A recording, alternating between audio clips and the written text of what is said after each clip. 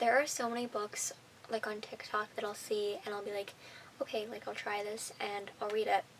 And then it can be really bad. And I'm like, why was this so over? Like, why is this so hyped up if it's not that good? First, the ones where I'm like, okay, this was definitely hyped, and it was really well, and I loved it. Some of the hyped ones that were not good, they could be really well written, but sometimes there's just things about it that aren't that good. So I'm going to start with the hyped too much books, because I do have less of those that I found. There is definitely more that are out there that I definitely have read that are definitely not worth the hype. I just didn't pick them. So first is Things We Never Got Over by Lucy Score. My problem with this, I found the book to be pretty good. I love a lot of her books, but they were both 40 years old, and they were acting like they were like high schoolers. Like, what are you doing? Like, you're 40 years old and you haven't had this figured out. I'm like, okay, like, figure stuff out. Like, your sister is 40 years old and leaving her kid with you and doing all this stuff. And I'm like, why? Like, no. I did rate this pretty high when I read it, but then I went back and I'm like, that definitely was not worth the hype to me. The Flat Share by Beth O'Leary. I did not like this when I read it. They shared an apartment, and they were writing notes, and they were becoming friends, and then, like, he had a girlfriend, and then, like, somehow they fell in love, and I'm like, just no. It's a no for me.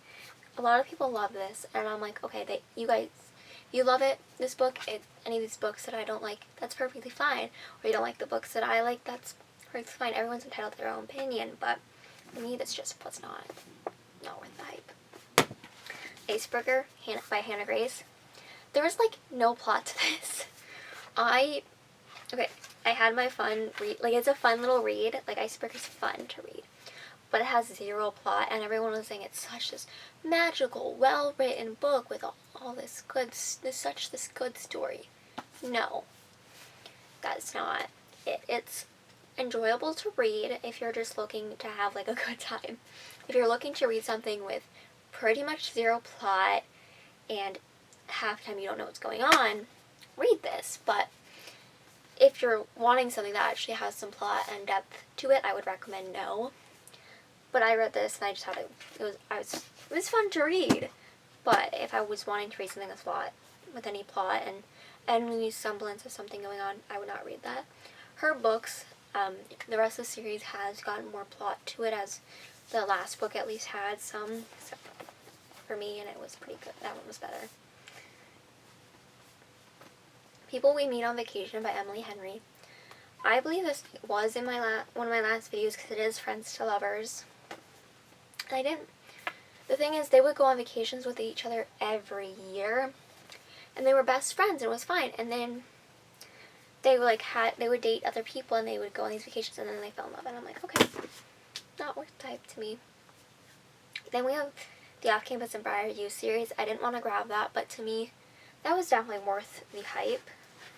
I loved both series. All the books I pretty much loved. So yeah, that was worth the hype. So we're on to the worth the hype books. Throttled by Lauren Asher. This is her Dirty Air series, and this book and the entire series was definitely worth the hype to me. I loved it.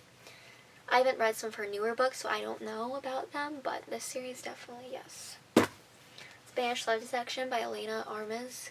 Read this years ago, like when it first came out, and so good back then. I don't know. I feel like it was a rom-com, and I feel like maybe now if I went back and read it, it wouldn't be. But I haven't read it in years, so to me it's still worth the hype. Heartless by Elsie Silver. Any book by her is 100% worth the hype.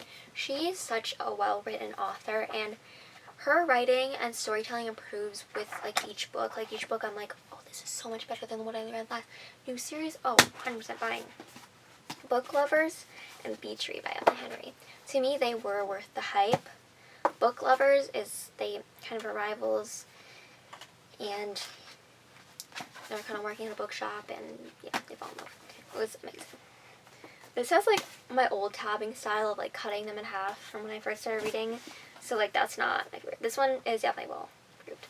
Because I'm pretty sure when I was getting into reading, Beach Read was my second book that I I read when I was getting into reading. No, Book Lovers was the second book I read when I was getting into reading.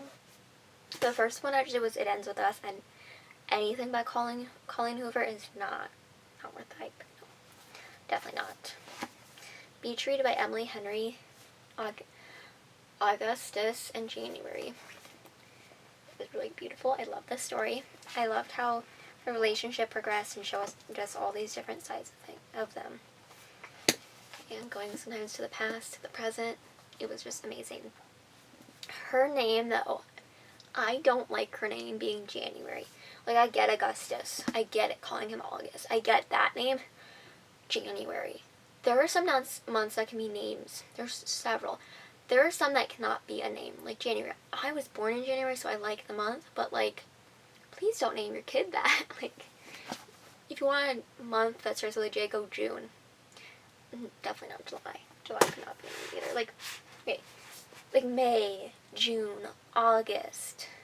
Those can be names.